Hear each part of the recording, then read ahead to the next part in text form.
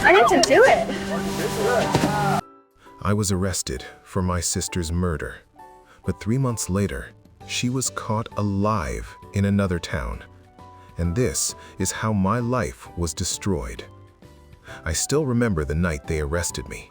It was raining so hard that the sound drowned out my screams. Red and blue lights flashed across the walls of my living room, turning everything into a nightmare I couldn't wake up from. "Emily Carter, you're under arrest for the murder of your sister." I laughed. Not because it was funny, but because it made no sense. "My sister is alive," I said, my voice shaking. "You've got the wrong person." The officer didn't even blink. "We found her body this morning." That's when my world collapsed. My sister, Lily, wasn't just family, she was my best friend. We grew up in a small town where everyone knew each other, the kind of place where nothing bad ever really happened. Until now. They took me to the station, questioned me for hours. "Where were you last night?" "At home." "Anyone to confirm that?"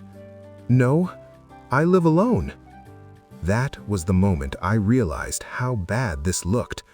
No alibi, no witnesses, just me. The worst part? They had evidence. "Your fingerprints were all over the knife," the detective said, sliding a photo across the table. I stared at it. The knife looked familiar. Too familiar. It was mine. From my kitchen. I don't understand," I whispered. "You expect us to believe someone broke into your house, took your knife, killed your sister, and framed you?" "Yes, that's exactly what I was saying." But even I knew how crazy it sounded.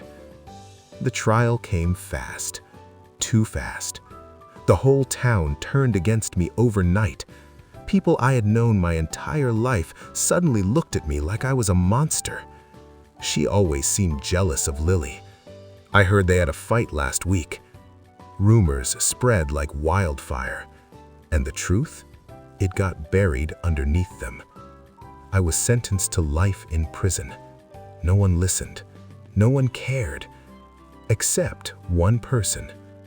Detective Harris. He was the only one who didn't seem convinced. "You don't look like a killer," he told me one day during a visit. "Looks can be deceiving," I replied bitterly. He studied me for a moment. "Or maybe the truth is." That was the first time I felt a flicker of hope.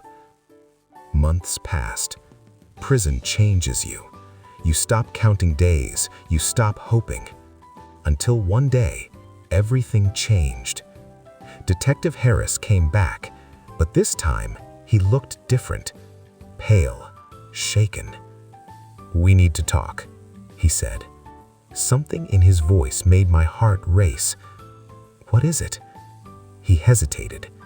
Then he said the words that would turn everything upside down. "We found someone."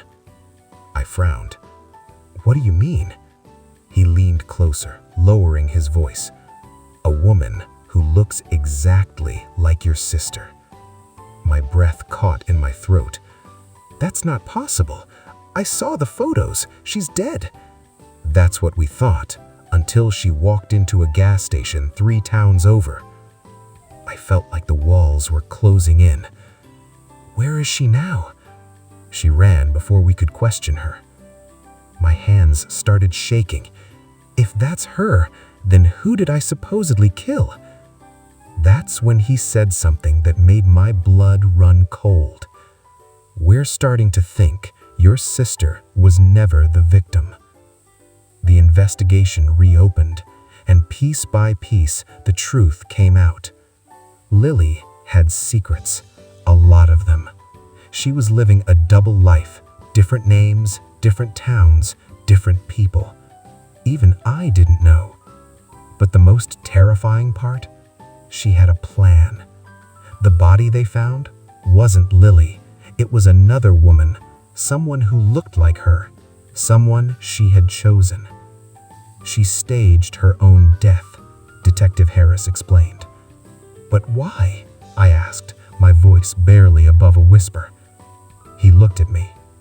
Insurance money, new identity, a fresh start. My stomach twisted. And me? He didn't answer right away. Then he said, "You were the perfect scapegoat." I couldn't breathe. My own sister had set me up, destroyed my life, left me to rot in prison for a crime she committed. Weeks later, they found her, hiding in a small town under a new name. When they arrested her, she didn't even fight, didn't deny it, didn't apologize. I was brought in to face her. The moment I saw her, I felt nothing. No anger, no sadness, just emptiness. "You ruined my life," I said. She smiled. That same smile I had trusted my whole life. "I gave you purpose," she replied calmly. "You made me a murderer." "No," she said. "I made you interesting." That's when I realized something terrifying. I never really knew her. The court overturned my conviction. I was free, but freedom didn't feel like freedom anymore. Because every time I close my eyes, I still see that night. The flashing lights, the handcuffs, the moment my life ended. And the worst part? My sister didn't just fake her death.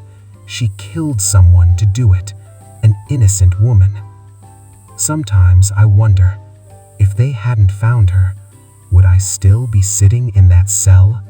Forgotten, blamed, broken.